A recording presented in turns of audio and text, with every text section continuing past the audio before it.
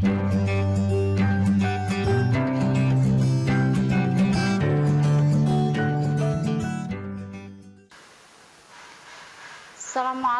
warahmatullahi taala wabarakatuh. Ibu akan membawa tema yaitu pertumbuhan ilmu pengetahuan pada masa Abbasiyah. Kisah tumbuh saburnya. Ilmu pengetahuan pada masa Daulah Abbasiyah yang berpusat di Baghdad, Irak. Puncak dari masa keemasan itu dilandai dengan tumbuh suhunya. Ilmu mengetahui pada abad ke-8 saat itu para ilmuwan muslimin sangat produktif dan menjadi pelopor perkembangan ilmu pengetahuan di dunia. Subhanallah. Popularitas Daulah Abbasiyah mencapai puncaknya di zaman Khalifah Harun radhiyallahu anhu Rasyid dan putranya Al-Ma'mun. Kekayaannya negara banyak dimanfaatkan Harun Ar-Rasyid untuk keperluan sosial. Dengan mendirikan rumah sakit, lembaga pendidikan dokter, dan farmasi. Bayangkan pada masa itu sudah terdapat paling tidak sekitar 800 orang dokter.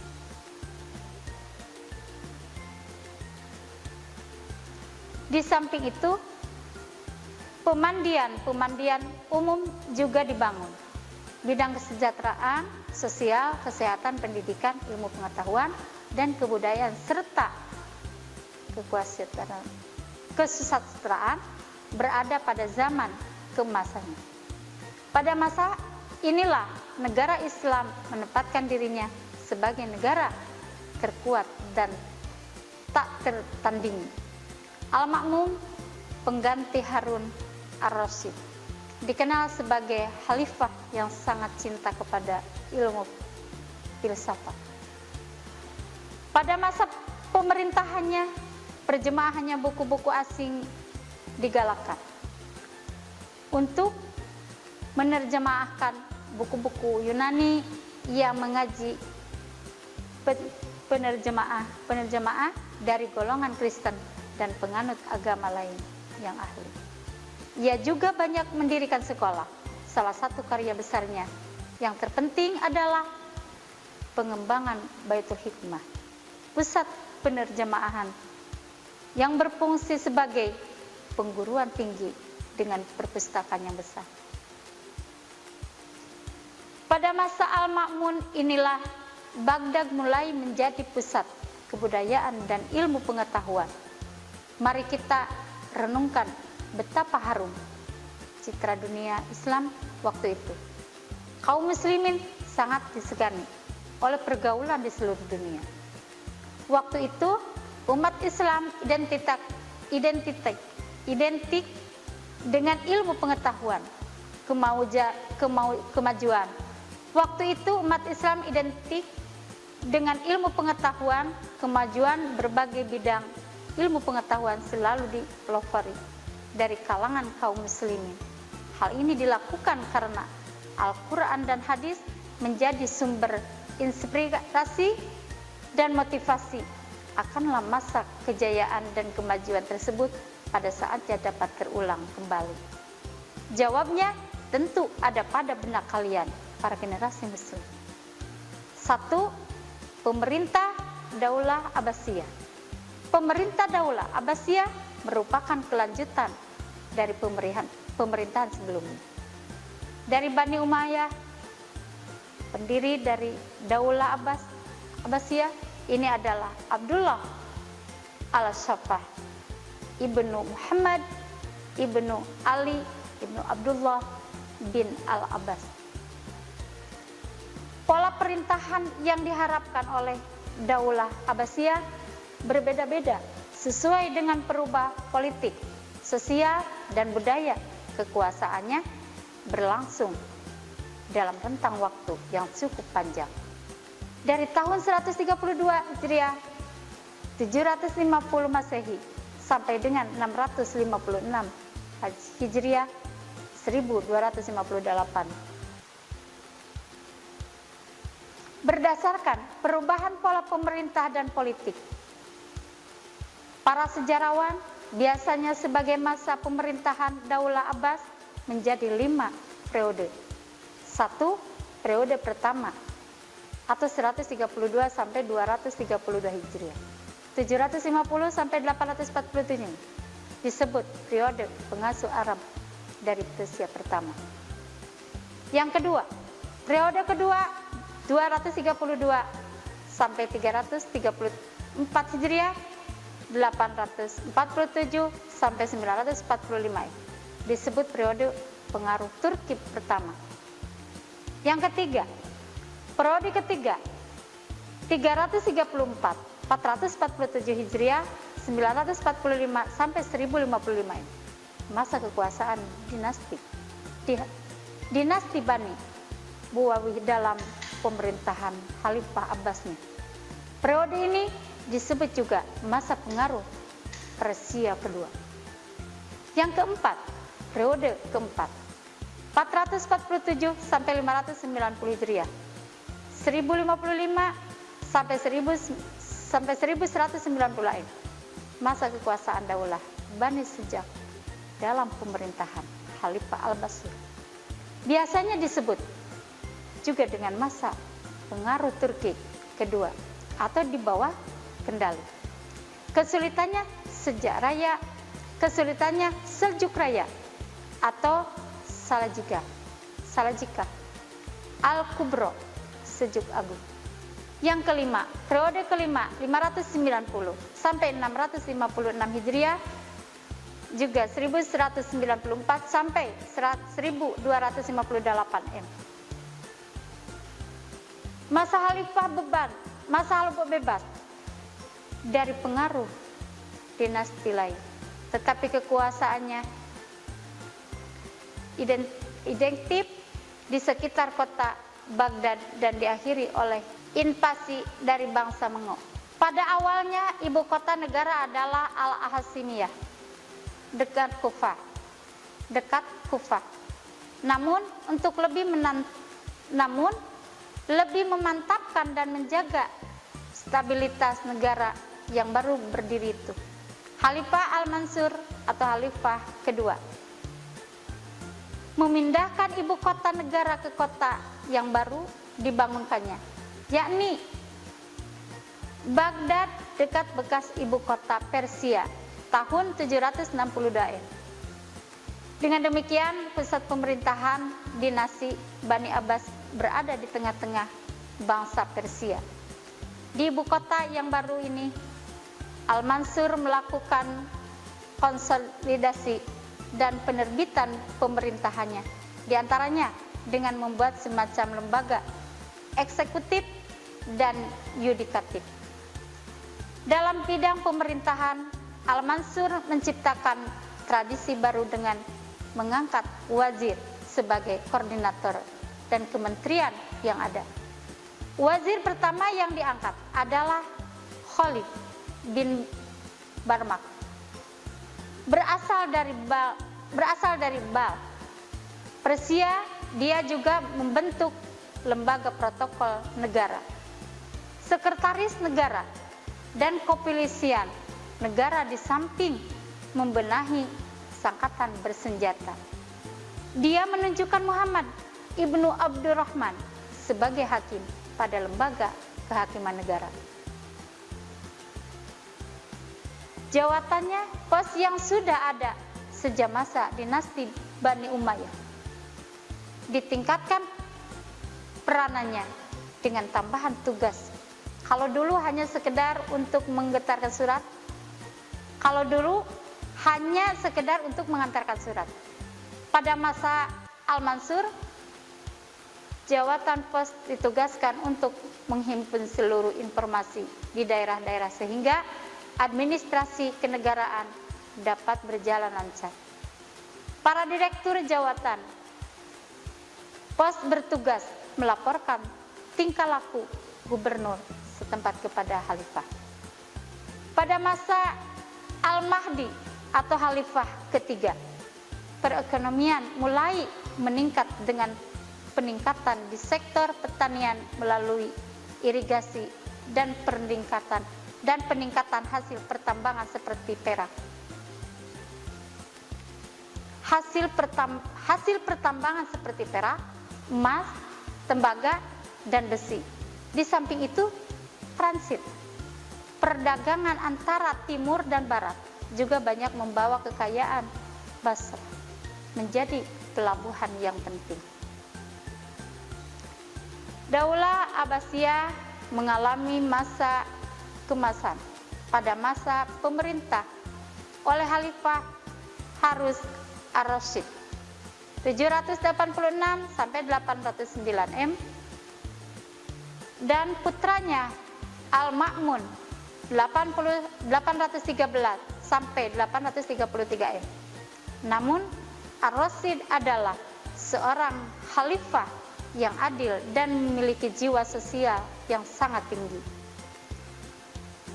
Untuk mengungkapkannya kesejahteraan dan layanan kesehatan, dia mendirikan rumah sakit, lembaga pendidikan dokter, dan farmasi. Pada masa pemerintahannya sudah terdapat paling tidak sekitar 800 orang dokter. Harun ar-Rasyid juga membangun tempat-tempat untuk pemandian umum untuk rakyatnya. Sungguh pada waktu itu kesejahteraan sosial dan kesehatan menjadi perhatian serius pemerintah untuk mendukung wujudnya. Kemajuan tersebut, pemerintah mendorong tumbuhnya ilmu pengetahuan melalui sektor pendidikan. Perhatian pemerintahan terhadap masalah pendidikan dan ilmu pengetahuan berlanjut pada saat Daulah Abbasiyah dipimpin oleh Khalifah Al-Ma'mun. Khalifah Al-Ma'mun adalah khalifah setelah Harun ar-Rasyid. Al-Ma'mun juga dikenal sebagai khalifah yang sangat cinta kepada ilmu filsafat. Pada masa pemerintahannya, terjemahannya buku-buku asing digalakkan. Untuk keperluan terjemahan ini, ia mendirikan lembaga yang bernama Baitul Hikmah sebagai pusat terjemahan sekaligus berfungsi sebagai pengguruan tinggi dengan perpustakaan yang besar. Al-Muttasim khalifah berikutnya 833 sampai 842 memberi peluang besar kepada orang-orang Turki untuk masuk dalam pemerintahan. Kepribadian mereka dimulai sebagai tentara pengawal, tidak seperti pada masa Daulah Umayyah. Dinasti Abbasiyah mengadakan perubahan sistem ketentaraan. Praktik perang bagi orang-orang muslim sudah berhenti. Tentara dibina secara khusus menjadi prajurit-prajurit profesional. Dengan demikian, kekuatan militer dinasti Bani Abbas menjadi sangat kuat. Walaupun demikian, dalam periode ini banyak tantangan dan gerakan politik yang mengganggu stabilitas, baik dari kalangan Bani Abbas sendiri maupun dari luar. Gerakan-gerakan itu seperti gerakan sisa-sisa Bani Umayyah dan kalangan internal Bani Abbas, revolusi Al-Khawarij,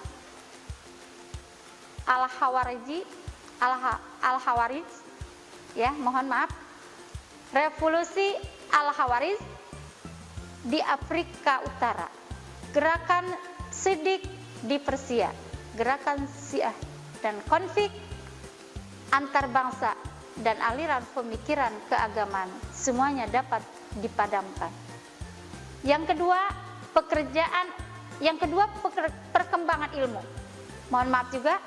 Yang kedua, perkembangan ilmu pengetahuan pada masa Bani Abbasiyah. Pada masa Daulah Abbasiyah merupakan masa kemasan atau the golden age.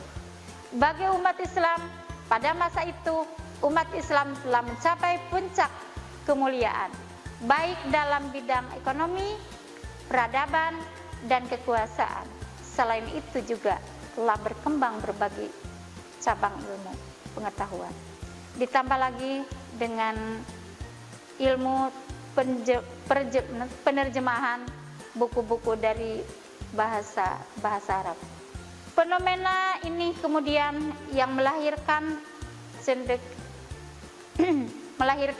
cendekiawan besar yang menghasilkan berbagai inovasi baru di berbagai disiplin ilmu pengetahuan. Adapun cendekiawan Islam pada masa Daulah Abbasiyah adalah satu bidang ilmu filsafat. Tokoh cendekiawan Islam di bidang ilmu filsafat. Di bidang ilmu filsafat ini adalah Abu Masyar Muhammad bin Tarhan yang dikenal dengan Al-Farabi, Abu Yusuf bin Ishaq yang dikenal dengan Al-Kindi, Ibnu Sina, Al-Ghazali, ilmu rusad, ilmu bazah, dan ilmu tufatil. Yang kedua, bidang ilmu kedokteran. Tokoh cendekiawan Islam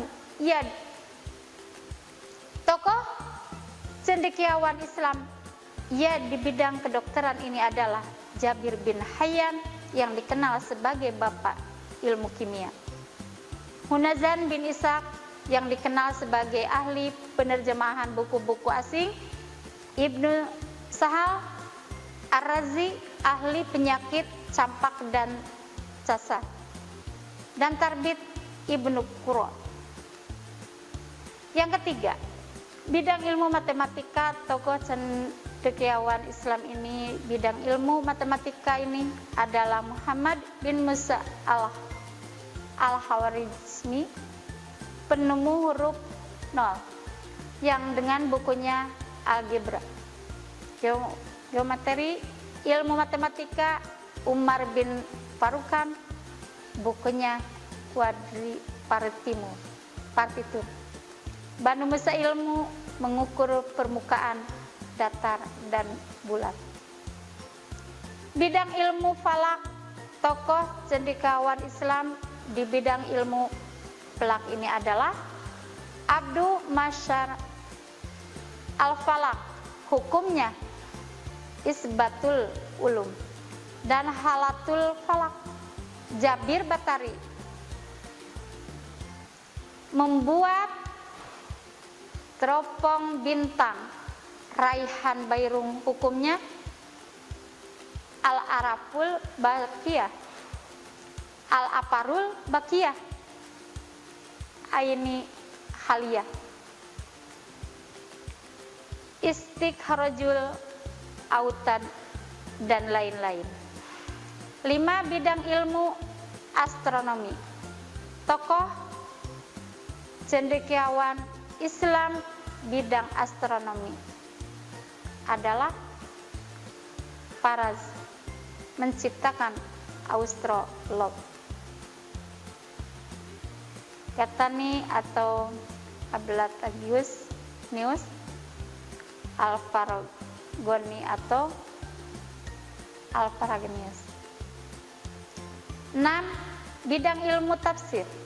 Tokoh cendekiawan Islam di bidang ilmu tafsir ini adalah ilmu Jarir atau Bari Ibnu Atiyah.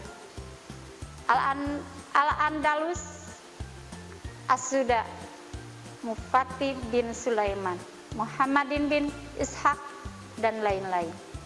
7. Bidang ilmu hadis. Tokoh cendekiawan Islam di bidang ilmu hadis. Di bidang ilmu hadis ini adalah Imam Bukhari, Imam Muslim, Ibnu Majah, Abu Daud, At-Tirmizi, dan lain-lain. Yang ke-8, bidang ilmu kalam atau tauhid.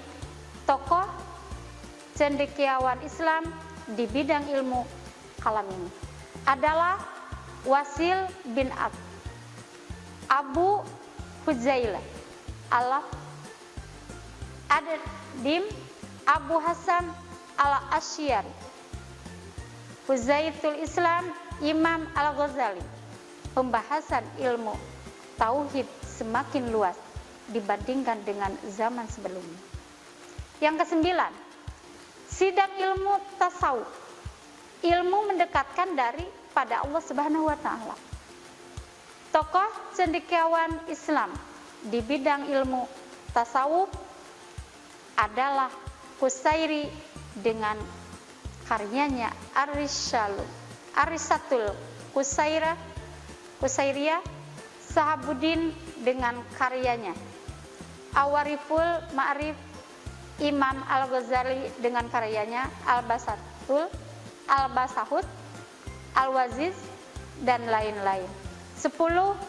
Para imam fuqaha atau ahli fikih, tokoh cendekiawan Islam, para imam fuqaha ini adalah Imam Abu Hanifah, Imam Maliki, Imam Syafi'i, Imam Ahmad bin Hambali, dan para imam Syiah. 3. Perkembangan kebudayaan pada masa Bani Abbasiyah. Pusat peradaban Islam pada masa Daulah Abbasiyah adalah A. Kota Baghdad, merupakan ibu kota negara kerajaan Abbasiyah yang didirikan oleh Khalifah Ibnu Zafar Al-Mansur 754 sampai 775 M. Pada tahun 762 M, kota ini terletak di tepian sungai Tigris. Masa kemasan kota Baghdad terjadi pada pemerintahan Khalifah Harun al-Rasyid 786 sampai 809 M dan anaknya Al-Mamun 813 sampai 833 M. B. Kota Semarang, letaknya di sebelah timur Sungai Tigris yang berjarak kurang lebih 60 km. Dari kota Baghdad, di kota ini terdapat 17 istana mungil yang menjadi contoh seni bangunan Islam di kota-kota lain.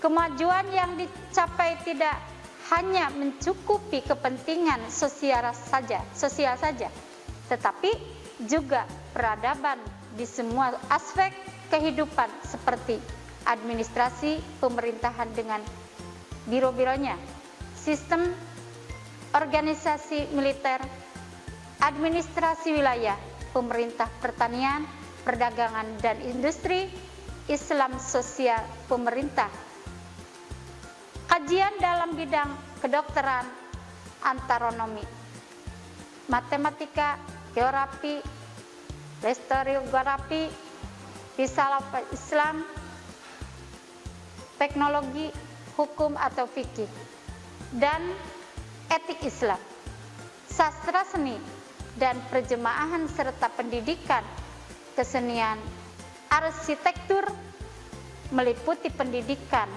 dasar atau kitab menengah dan perguruan tinggi, perpustakaan dan toko buku, media tulis, seni rupa, seni musik, dan arsitek. Terima kasih. Ibu ucapkan, diakhiri dengan ucapan wabillahi taufiq wal hidayah. Wassalamu warahmatullahi wabarakatuh. Kunjungi sosial media lainnya seperti website kami di pkbmalfata.com, Facebook PKB Malfata Mananjaya, Instagram PKB Malfata Official. Dan terima kasih telah klik video ini. Jangan lupa like, comment, share, and subscribe untuk menunjukkan dukungan kamu terhadap channel ini. Enjoy the video, PKB Malfata.